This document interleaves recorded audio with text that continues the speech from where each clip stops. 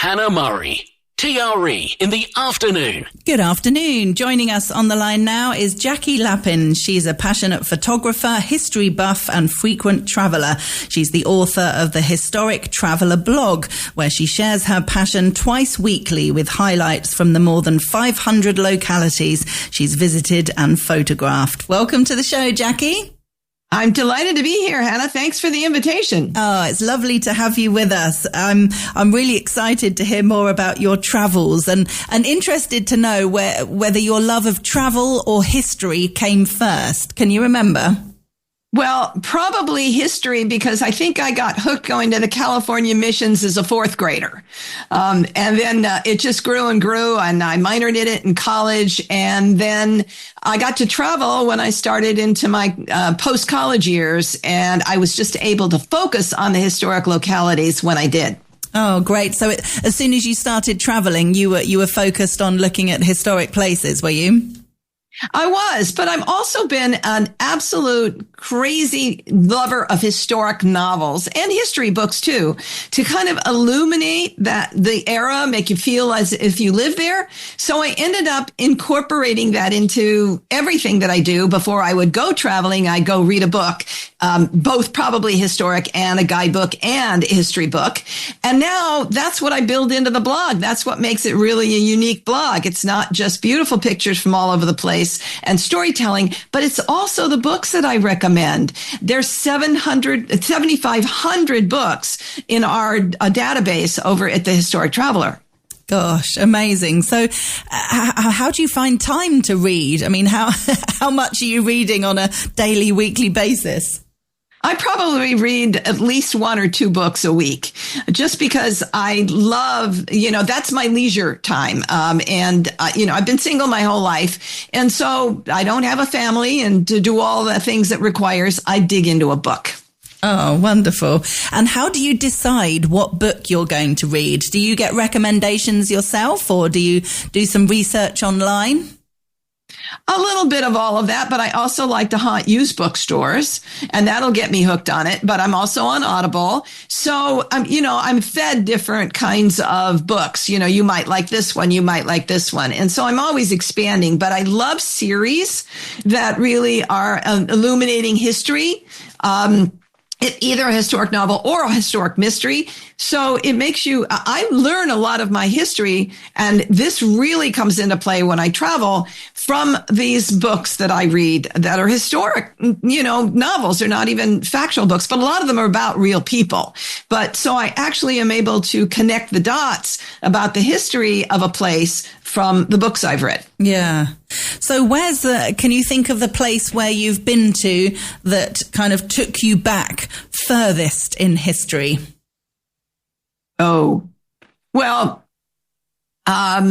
certainly I had a chance to go to the caves in France, where the historic drawings are. And that was really kind of fun. But, all kinds of different, like, for example, I love Bruges, Belgium, which is like a mini Amsterdam that was never destroyed because it kind of was a backwater. And so you walk right into history when you go to Bruges, with the canals and the tall buildings that were the merchants. And so, I look for places like that where you are walking into history. And that's what I cover in the Historic Traveler, is blogs about those kinds of places where you can immerse yourself in history and feel like you were there. Yeah. And have you seen a lot of the United States and the history around there, or do you like to go further afield? Well, I think my favorite is Europe and the UK, but I also love the US. I've seen every major US historic city, with the exception of Savannah, which is on my list. But I've managed to make all of those. And then a year and a half ago, I did a bucket list trip to Europe and went for 9 weeks, going to all the historic, beautiful cities and villages that I had not seen, that I had wanted to. And so there's still plenty more, but that got me the highlights. Oh, how wonderful. What some of your highlights from that trip? Prague, A lot of wonderful little towns in France, Albi, Avignon, Annecy. Dubrovnik's amazing, Lucerne, Verona, Pisa, Genoa. I mean, I just loved the opportunity to indulge myself in the world of the past. For when you go to Milan, for example, you can actually see the canals that the Da Vinci created for the Sforza family, and that now are, incredibly great places to dine for dinner. And these are canals that he basically created right there in front of you. So I could go see the Last Supper, but this was something practical that people lived. Yeah. It's incredible, isn't it? When you think of the size of let's just say Central Europe, similar-ish size to the United States of America, and all the different places that you can visit in Europe and how different they are, even within one country, never mind from one country to another. It's wonderful to be able to travel and see it all. It's extraordinary. And, some of it's cities, some of it's villages or smaller towns, but you've also got unique landmarks. Like, for example, you have a 3-decker Roman aqueduct in the middle of France, the largest in the world. So there's landmarks in different places. I went to the world's longest continuously operating hospital that started back in, the Middle Ages. So there's unique places everywhere you go that have a story to tell. Yeah. I have to ask you about Spain, because we're based in Spain. What have you seen and enjoyed in Spain? Well, Barcelona, I started in Barcelona, which was fantastic. Then to Madrid, Segovia, which is one of my all-time favorite places, Sevilla, Granada, Cordoba, Toledo, all of them are amazing, amazing cities. And they will be, Salamanca, that's one of my other favorites. These will be showing up in my blog over the next, couple of months. I think Salamanca is coming up very soon. Great. And how are you with food? Do you like to taste the local foods in all the different places you travel to? I do, but I especially like to experience them in historic restaurants, something that has the ambience of history. So I see if I can find something that has both of that.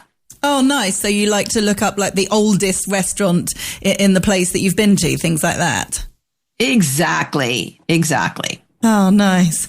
And have you been to any places around the world that you were maybe a little bit disappointed in, places that you'd seen online that had amazing reviews and you thought, really have to visit this place, and then you get there and it's not as great as you imagined?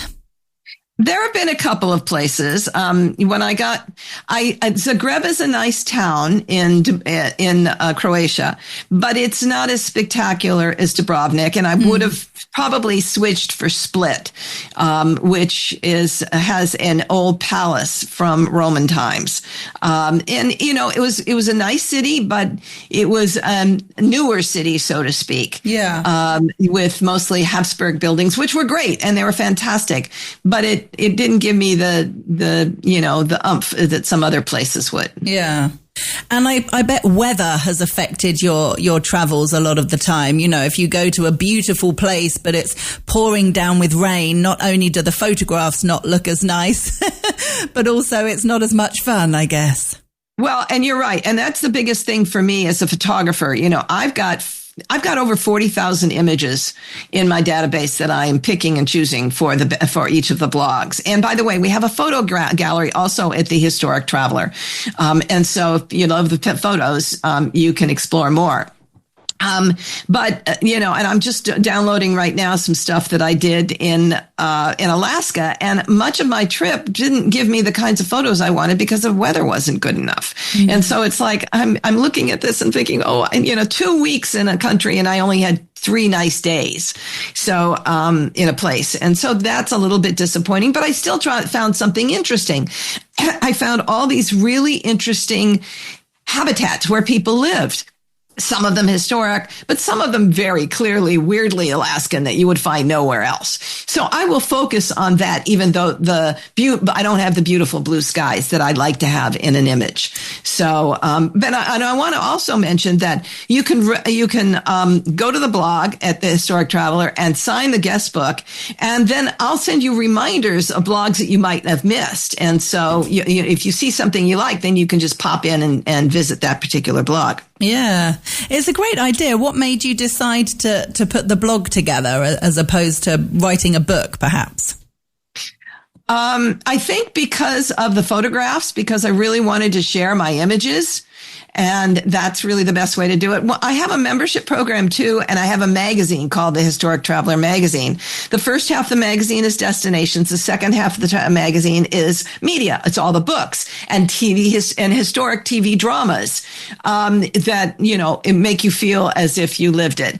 And so, the magazine also gives me an opportunity to share different localities and the images. So between the blog and the magazine, it really lets me take you there so that you experience in that way. Books are one thing, but you really can't do them economically with a lot of images. Yeah, no, fair enough. And with all the books that you've read and places that you've visited, is there a particular time period in history that you wish or would have liked to have been around in? Well, I think I have a strong pull to medieval England and Renaissance times. And I think some part of me feels like I lived that in previous lifetimes. Yeah. There's just this real connection to the places and the time period and the stories and the people. I mean, for me, history is the people who made history. You can't make up Henry VIII or Catherine,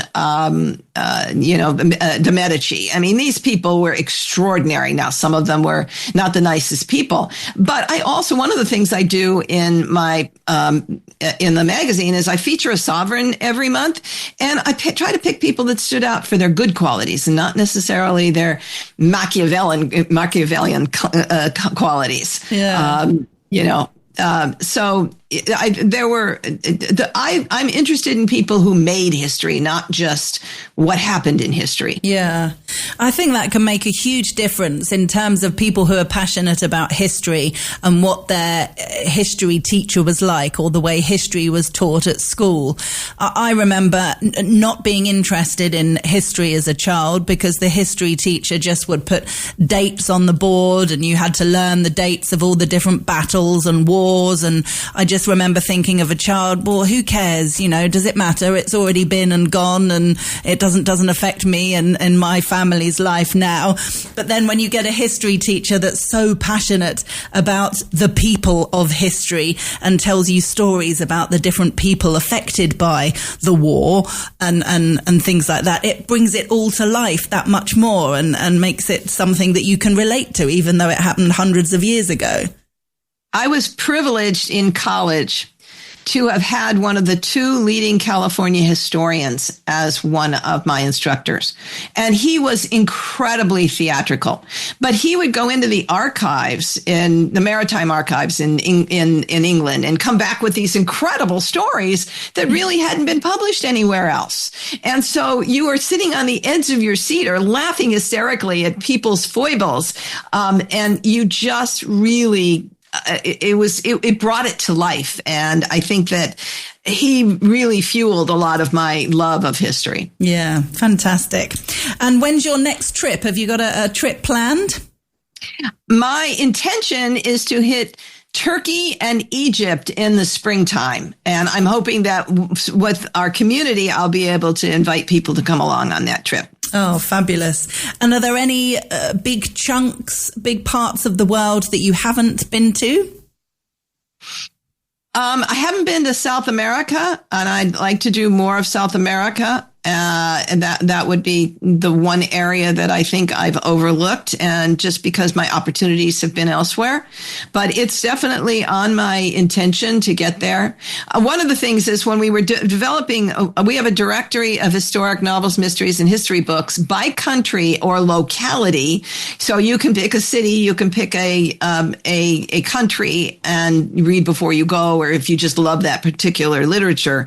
And so, but I did not overlook South America, because I know, every continent, every country is important because it's going to find its audience. Yeah, for sure. Well, if people want to have a look at your fantastic website and blog, just tell people where to go. Simply go to thehistorictraveler.com and check in and become and take advantage of the sign in for the blog. And if you're interested in becoming a member, we'd love to have you so that we can bring way more of this to you. Oh, great stuff. It's been lovely to have you with us on the show, Jackie Lapin. Thank you for joining us. Thank you, Hannah. This has been great fun.